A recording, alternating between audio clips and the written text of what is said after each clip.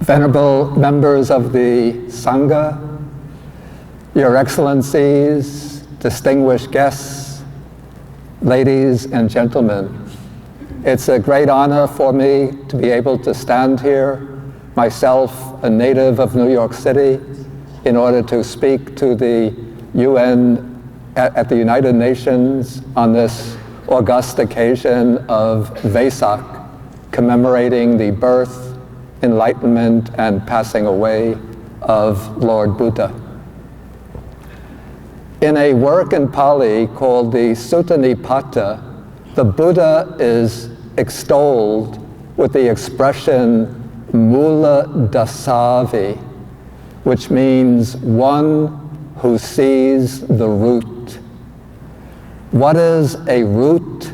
The root is a fundamental cause, the basis for the fruits that grow out of the roots.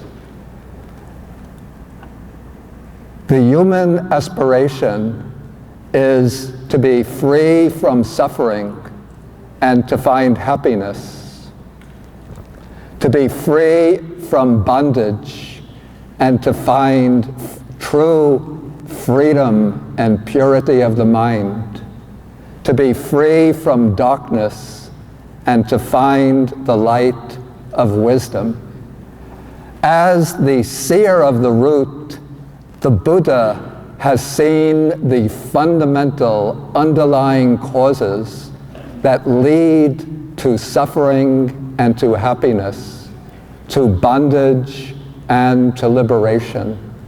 And the fundamental cause that the Buddha has seen is the mind itself. Whether there is suffering or happiness, freedom or bondage, depends upon the direction of the mind, the way we develop and cultivate our minds. But the Buddha has seen even more deeply into those factors of the mind that are responsible both for bondage and liberation, for suffering and for happiness.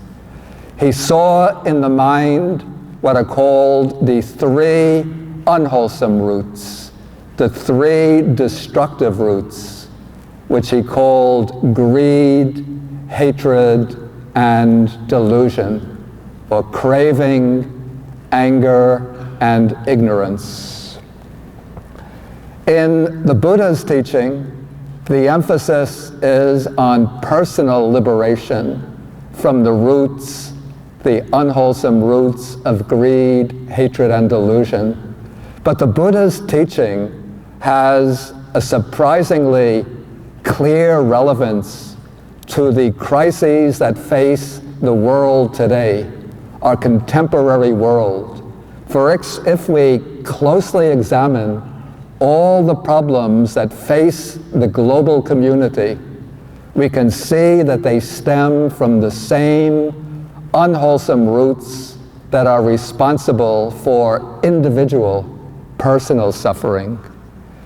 We see, for example, greed manifested in the division of the world's population into a very small, powerful, extremely wealthy elite, which has taken possession of the overwhelming amount of wealth in the world, while the great majority of the world's population are living at the edge of survival.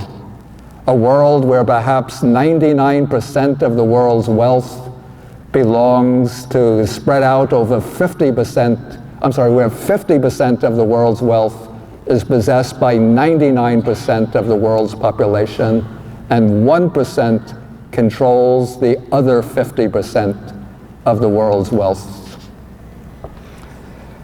We see greed also in the continued exploitation of our natural resources in order to generate energy, particularly the pursuit of new sources of fossil fuels, which are contributing to global warming and to climate change.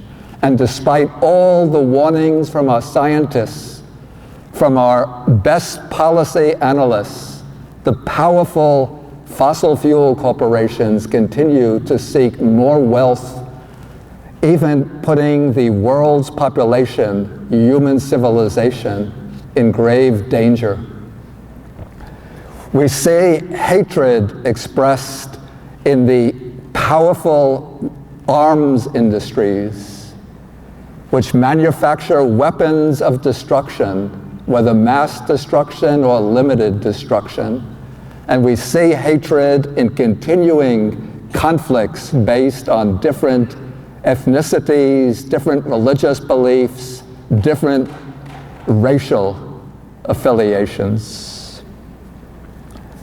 We see delusion and ignorance in the denial of truth, again coming back to the climate crisis, in the repeated refusal to recognize that climate change is driven by human activity and that the consequences of continued carbon emissions will be very dangerous for the future of humanity.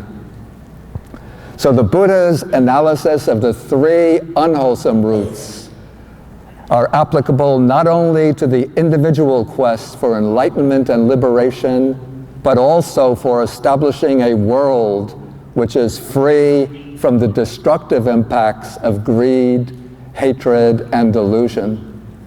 As a seer of the root, the Buddha also saw into the beautiful or wholesome capacities of the human mind. And he saw the underlying roots of those beautiful capacities in the three wholesome roots of non-greed or generosity, non-hatred or loving kindness, and non-delusion or wisdom. So in the spirit of generosity, what we have to do as for those who are responsible for global policy is to create a global policy of generosity, whereby those in possessions of wealth, the wealthy nations, effectively assist the poorer countries to eliminate poverty, hunger, malnutrition, the oppression of women, and provide human rights, protect the human rights of everybody, so that all people will be able to enjoy sufficient food, clean water, clean air, and a sustainable environment. In pursuing the route of non-hatred, we have to develop a mind of kindness and respect towards people all over the world, overcoming antagonisms based on difference of religion, race, ethnicity, and instead respect the humanity of every living being and understand that every human being is entitled to live a life of dignity and meaning. In cultivating the wholesome root of wisdom, we have to understand the principle of cause and effect and see how our personal conduct, as well as our national and international policies, have global ramifications that extend all over the world, which is woven together into an inseparable, interconnected totality. And we must also be aware of the long-term consequences of our present decisions and policies, seeing that actions that we take now in 2017 will have consequences over the next decade, the decade after that, 50 years, 100 years, and even longer in the future. This is wisdom, understanding the truth, and acting on the basis of truth.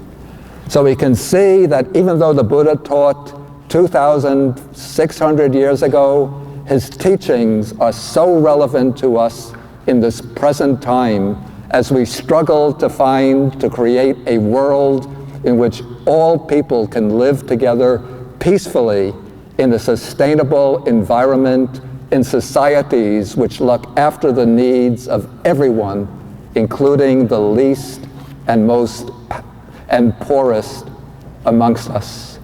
Thank you for your attention, and may all the blessings of Vesak be with you.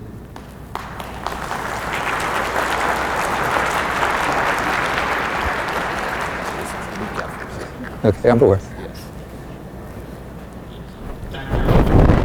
Okay, thank you. You can hold Yeah, I could.